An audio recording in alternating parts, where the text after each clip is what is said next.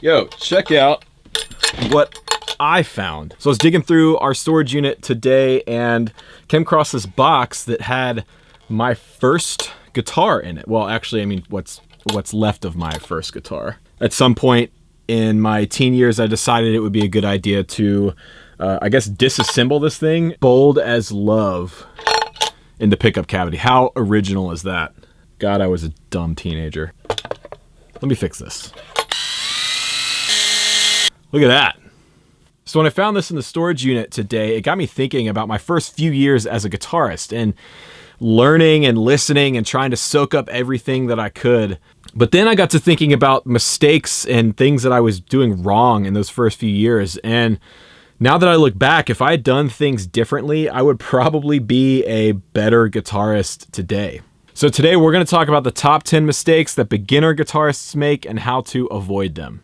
So these 10 things are common misjudgments, bad habits, and mistakes that I did a lot when I was learning guitar, and I saw a lot when I was teaching guitar lessons for a living. So if you're just starting out as a guitarist, pay attention to this list because it's going to help you out a lot. So number 1, relying on tab to learn songs. Now, I understand tab seems like a really great way to get into learning a riff or a solo, but you're actually cheating yourself by relying on tablature, and you're probably learning the part completely wrong. See, the thing about tablature is it shows you where to put your fingers and in what order, and that's it. You don't get a sense of feel or dynamics. You don't get really any sense of how that song or that part was played by the original guitarist. Now, I'm not saying you should never use tab for anything. I think it does have its uses, but a lot of beginners will spend their time looking up tabs for songs or solos and reading each number, each note individually, trying to memorize where your fingers go. Number 2, only learning riffs and not songs. Now, when you're first starting out, learning your favorite songs is probably one of the best ways to learn guitar. It's incredibly fun to learn and play your favorite riffs, but there's more to guitar playing than just riffs. You should strive to learn whole songs. Learn how to play a song from start to finish. This will do a couple of things for you. First, it'll teach you song structure. How does one part of a song flow into another? And how are these parts put together to build a complete idea? And the second thing is it'll help you learn to play with dynamics. As you progress as a musician, learning to play dynamically is one of the most important things you can do.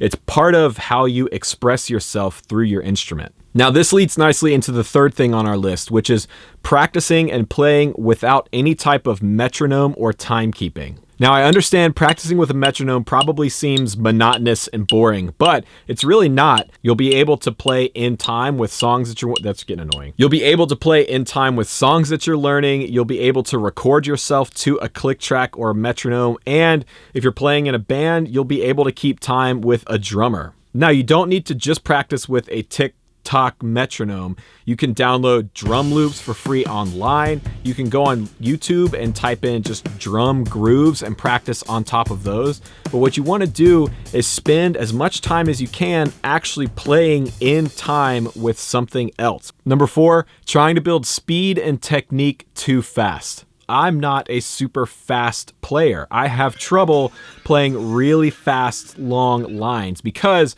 when I was starting out, I just wanted to learn the fastest licks I could and not worry about actually developing good left and right hand technique.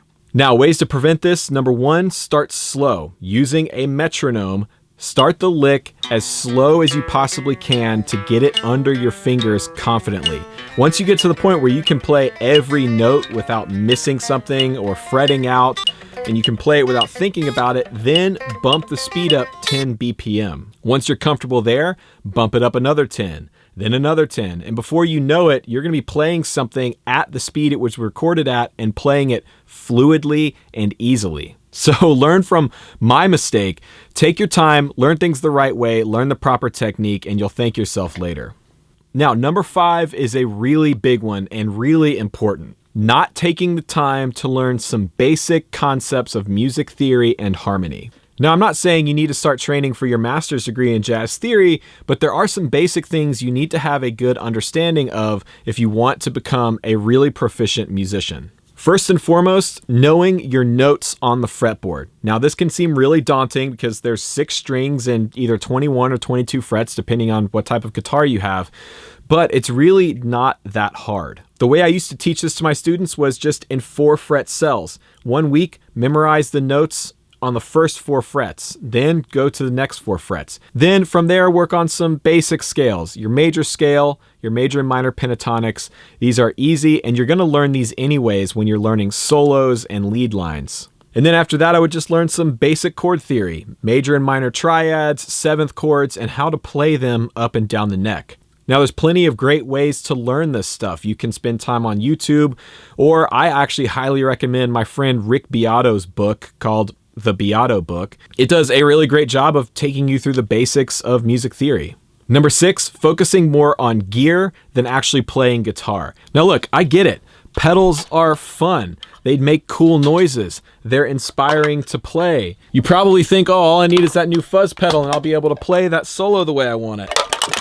But here's the thing, you shouldn't be spending more time on the gear page or watching pedal demo videos than you are actually playing your guitar. See, great gear is important. When you've got a guitar that you love and that inspires you to play, or an overdrive pedal that gives you the tone that you're hearing in your head, that's really one of the greatest feelings you can have. But the dangerous side of that is falling into the trap where you think, oh, all I need is that next pedal. Once you have the basics, it's better to spend the time really learning the ins and outs of your gear. So trust me, I know it's tempting, but don't fall into that internet, YouTube gear page trap of always trying to find the next piece of your dream rig. Instead, practice your guitar.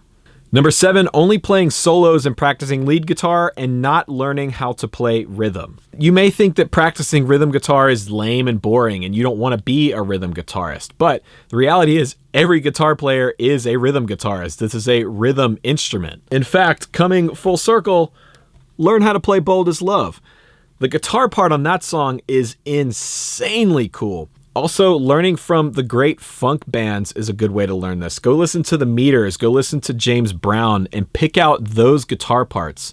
What you'll find is rhythm guitar is actually a lot of fun. Go look up Paul Jackson Jr. on YouTube and then come back here and tell me that playing rhythm guitar is lame. Now, this leads me to number 8 on the list, which is only listening to and focusing on one style of music when you're first playing guitar. What I would encourage you to do is listen to as much from as many different styles and as many different artists as you possibly can. Listening to all of these sounds and styles is going to influence your playing, and you're going to become a more complete musician because of it. This is really important too if you want to one day become a professional musician. You need to have a good understanding of multiple different genres and where these different sounds came from, so that if you're on a session or on a gig and a producer or an artist asks for a specific sound, you can call that up.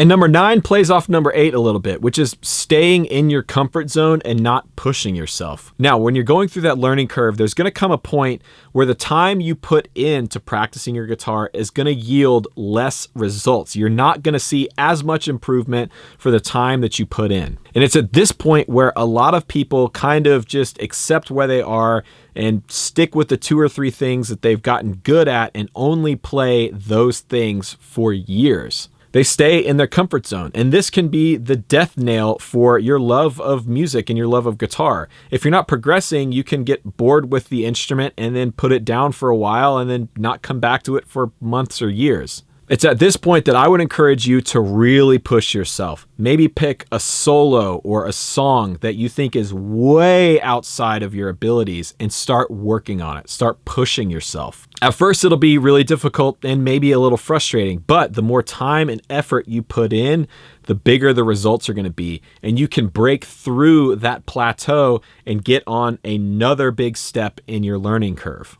And number 10 is something that I still struggle with to this day. It's something I've talked about in other videos in the past, but I think it's really an important point that I want to reiterate here. And that is comparing yourself to other players. No matter how long you've been playing your instrument, there's always going to be somebody out there that's faster than you, that has better tone than you, that may seem more musical or more original than you. Especially with things like Instagram nowadays, it's so easy to find somebody who's an extremely talented player and think, well, God, I'll never be that good, so why should I even try? That doesn't matter. The reality is, no matter how good a player is, they don't have your voice. They can't say what you want to say on your instrument. And at the end of the day, that's the most important thing. Whether you're just starting out or you've been playing for decades, you have a voice on your instrument. And whether or not you ever play a gig or a session or just play in your room, it doesn't matter. You have a way to express yourself through an instrument, and that is one of the greatest things you can do in life. So let me know in the comments section what you have struggled with in the past on guitar, how you fixed it. I want to know. If you want to support the channel, check out the Green Room. It's where you can download my original music, have access to things like my Strymon presets, all that kind of stuff that's linked below. If you're interested in any of the gear that I use to make these videos or to make music, that's all linked down below as well. Those are Amazon affiliate links. So if you purchase through those links, I get a small commission, which really helps me out.